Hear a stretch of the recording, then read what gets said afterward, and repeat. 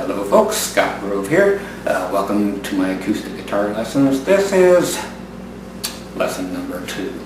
Okay, last week we went through, hopefully you worked a whole week on it.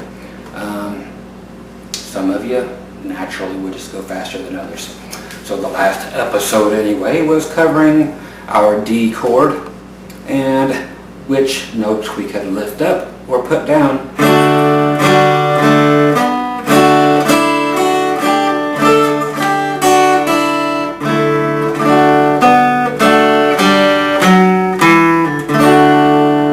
And play this way.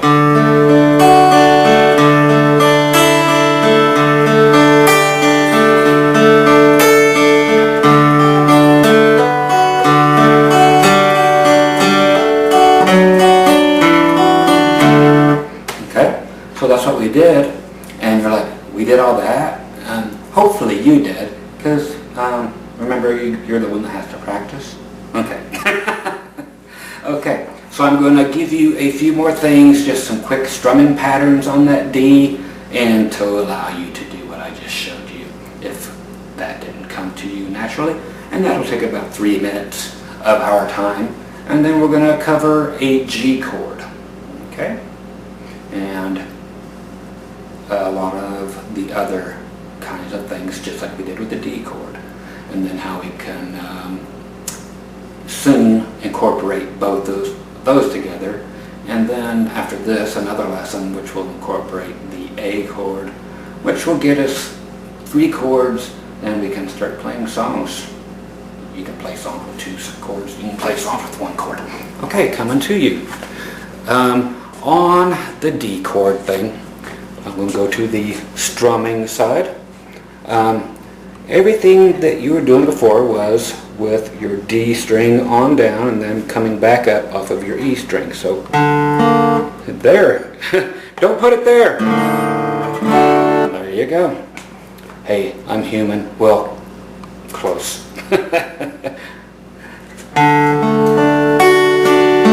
This is what we were doing, and taking things off like this. Adding the pinky, and hopefully some of you got adventurous and went up to the 5th fret. Then we took off. Okay, now this is a very cool thing while we're on it. This is called a hammer-on. Okay, so if we're picking along like this, I only played it one time with the pick. I'm coming back up, so I went down. So I play it one time with the pick, whether you're going down with the pick or up with the pick. Anytime you want to do this and you want to put that finger back where it goes, you hit the note with your finger off, if that's where you are, and then you do exactly as the name implies, and you put it back where it was, but like a hammer. And you will totally mess this up first few times, but to get it right, it will sound like this.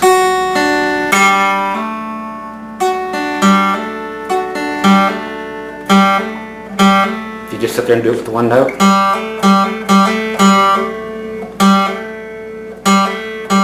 Now that's going to be used more than you can possibly imagine. It's used on so many things that you're going to freak. It's just make it a part of your life, as is a pull-off, where you play the string with your finger on it, play it 1 time, then let it off so quick. But you're actually giving, by pulling it off, you're giving a little flick to actually pick it again, but you're picking it with your finger. It's not like you're really aware of it, but that's how the note continues to ring.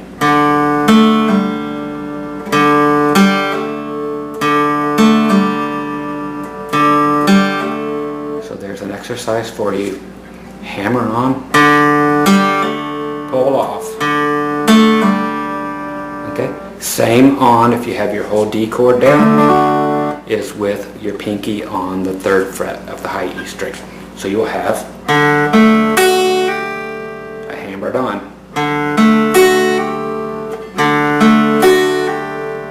Now I will pull it off. coming back up, I'm hitting 2 strings, the 2 high ones. So I'm going 1, 2, then both strings,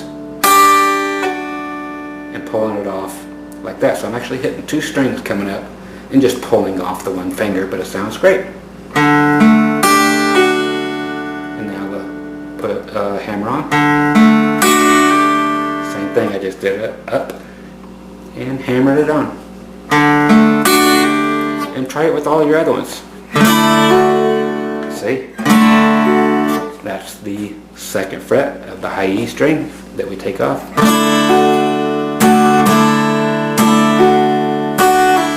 Now that's actually going across all the strings that are supposed to be played. If you've got a nice thumb, I hope you do. Don't make it hurt. If it hurts, you're again forcing it. It's just something you have to work through, because nothing should ever hurt. Nothing. You shouldn't be trying to be a contortionist, because all this takes 0 work. 0. Again, if you're just hanging on your thumb and your arm is just there, that's how loose you should be. If you're any tighter than that anywhere, loosen up. Just let it hang and put your fingers back on. Okay? So you can actually take your thumb, put it over the top, and place it on top of the 2 strings you're not playing, which is your low E and your A. So if you're not pushing down, otherwise you'd get, but it's just enough so that if I'm actually hammering away,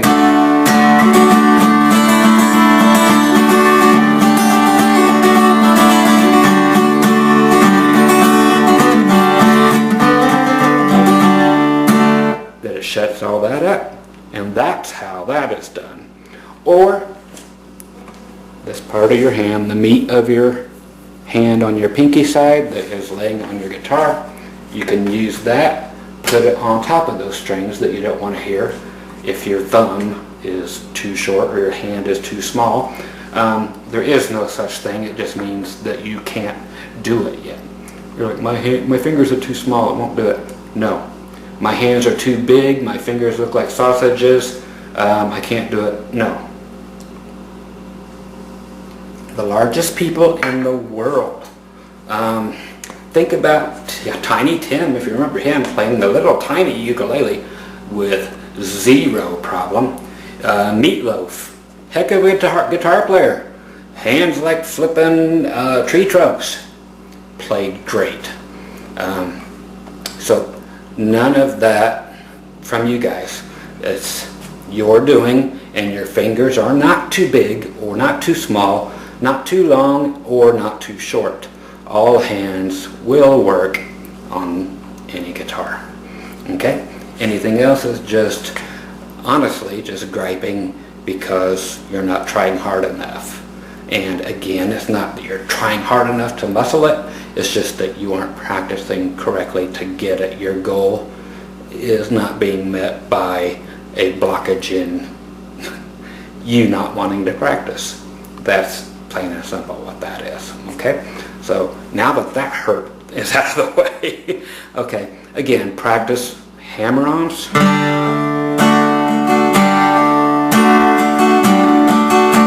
Okay, and with all of them and pull-offs. There's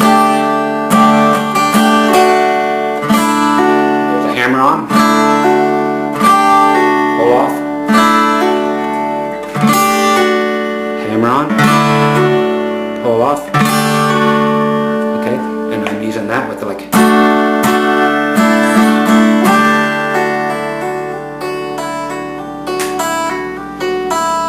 I'm doing them all. I'm not picking. I could play a whole song and never use a pick, and you'll be able to at some point too. I promised you some quick strumming. Let's do it on that. All down strumming, and I'm hitting everything because I want to look cool, but my pick is never hitting my guitar. Your guitar should stay perfect looking. Again, there is no pick guard, no scratch plate here. There's not a mark on this guitar, and I play it like crazy all the time. If your pick hits your guitar will show it, and it's like, oh, yeah, quit doing that. Your fingers Your hands, nothing should ever touch your guitar. There's no reason for it. And your fingers here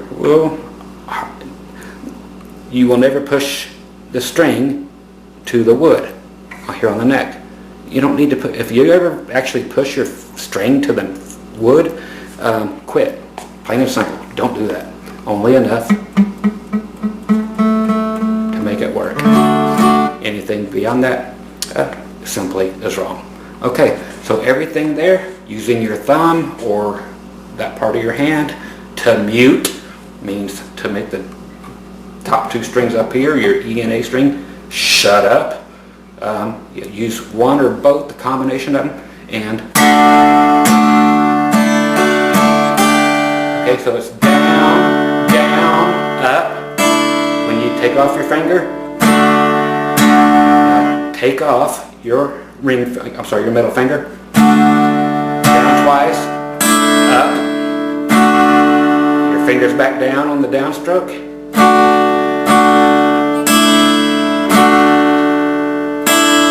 Again, take that finger off, your middle finger, and go up. Now put it back down and your pinky at the same time with a downstroke. So you have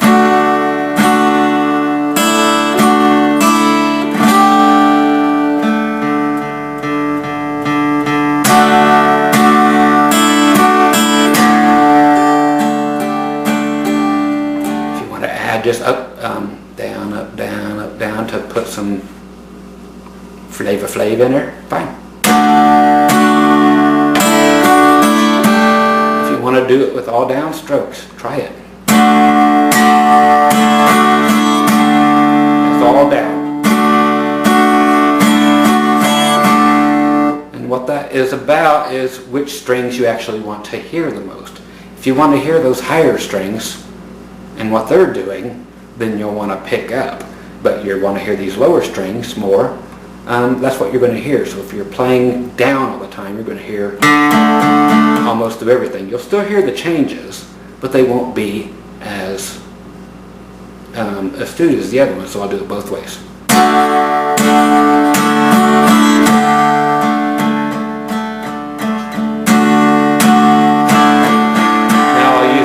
Strokes on some of these to make the accents louder on the skinny strings, which is your melody.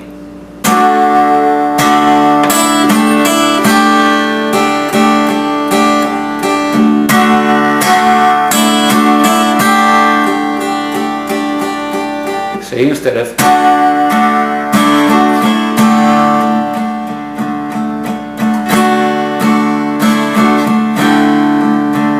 now it's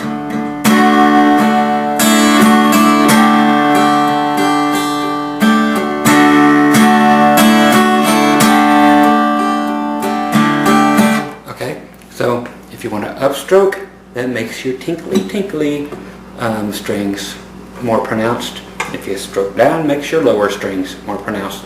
So it will be up to you to see what you like best and combine them. That's what makes it you. It will become your style as we go along.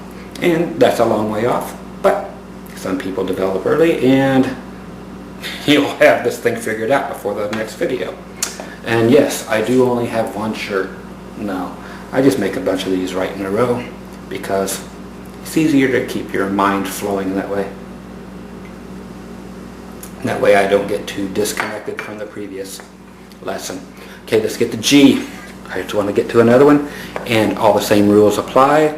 I just want to show you the chord and which ones to pull off and which notes you can go to, blah blah blah.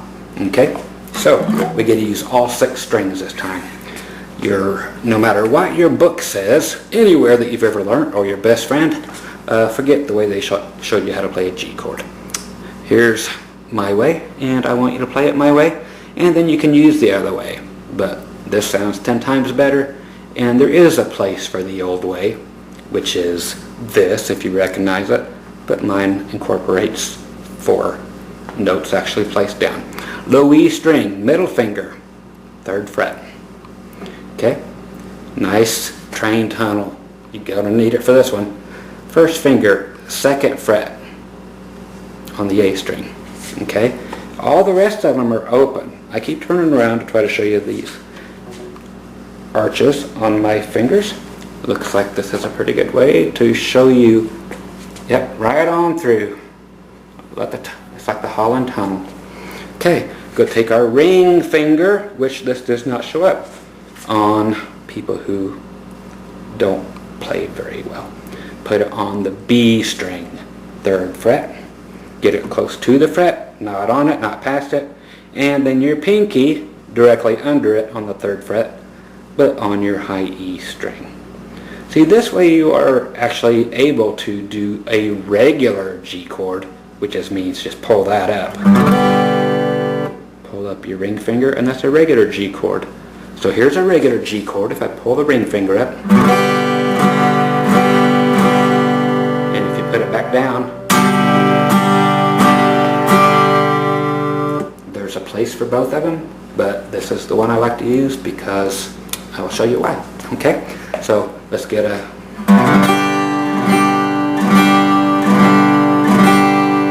You're going to have more fun with this than anything, so I'm going to show it to you real quick. This shows you a variation of some other chords, but more than anything, it gets your fingers changing. I want these 2 fingers. Okay, so your middle finger and your first one, pretend like they're glued together, and I want everything else left where it was, or where it is. And I want you to take these 2 like they're glued together and move them down 1 string each. So that was on the 6th string, now it's on the 5th. This was on the 5th, now it's on the 4th. So you're still at 3rd fret and 2nd fret. So you play it once the regular G way. Now you're going to move it down like that. Here comes Mr. Thumb, because you don't want to hear that string anymore. There's actually a variation of a C chord called a C suspended 2nd. I will teach you all that, what that means. So you got...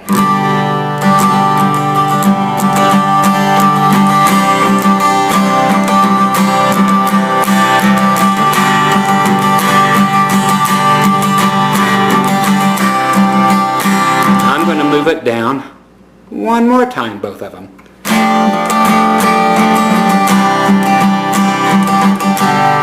Okay, watch my thumb. It changes with each position and shuts another string up.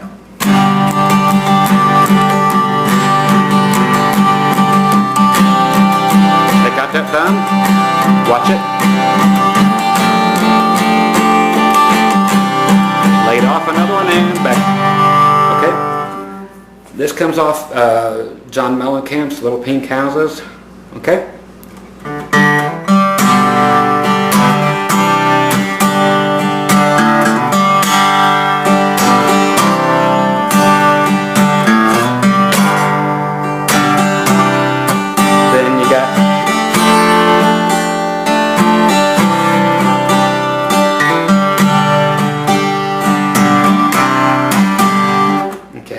One great way to use that and have some fun with it. And this here's a great way also if you just use the first 2.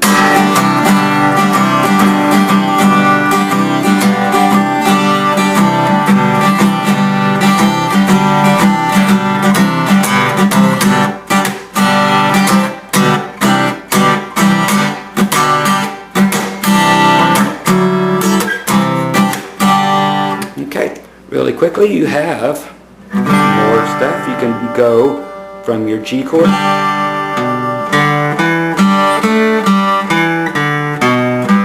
that's right, your first finger can go on the 2nd fret on 3 strings, the A string where it belongs, on the D string, and on the G string.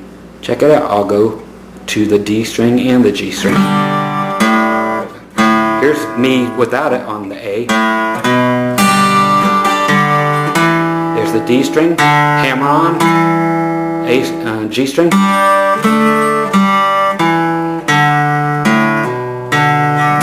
Hammeron, D string, okay, that's Hammeron,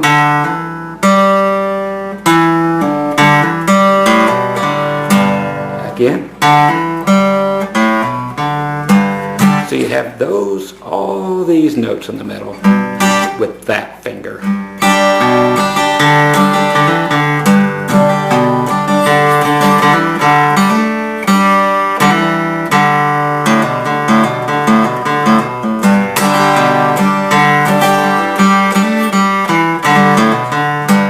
A lot of stuff going on, and we will make more things happen with that. And again, you can leave out that B string where I have you playing four strings, or I'm sorry, 4 fingers. Give it a different sound. Not one I'm crazy about, but you can still.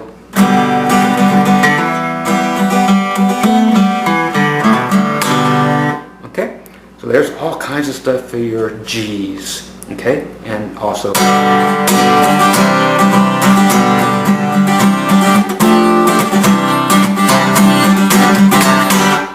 Okay, once again, Scott Grove here with my acoustic guitar lessons. I will see you on the next one. We'll finish up the G's and go to the A. You guys, take care.